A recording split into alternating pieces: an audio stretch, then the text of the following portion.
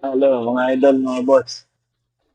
Yung button hole na ito, kahit anong adjust mo, hindi siya umi-smooth yung bagsak ng blade niya.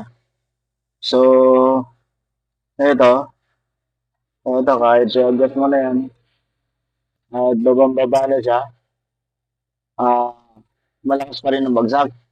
Kahit magalan mo siya, malakas pa rin ang bagsak. So, ito, hindi natin napapansin kung minsan ito, katulad nito, yan, yung nut na yan, ito, yung nut na yan, natanggal. So, nakaluwa na yung tornilyo.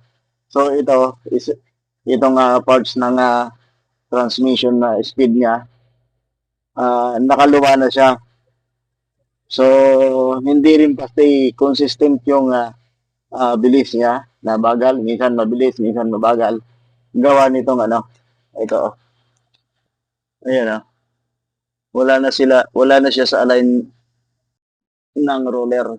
So, ayan, hindi na siya naka-align sa roller. Ito, so hindi na nag-i-slide na mabuti ito. Hindi na maganda ang kanyang yung function itong lever nito.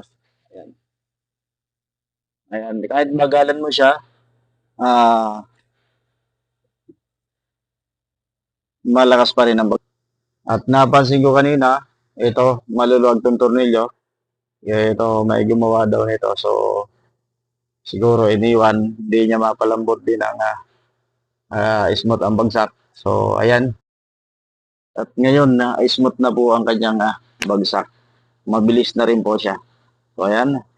Ah, Salamat mga idol. Salamat sa inyong panonood at mabuhay tayo lahat. More power. God bless.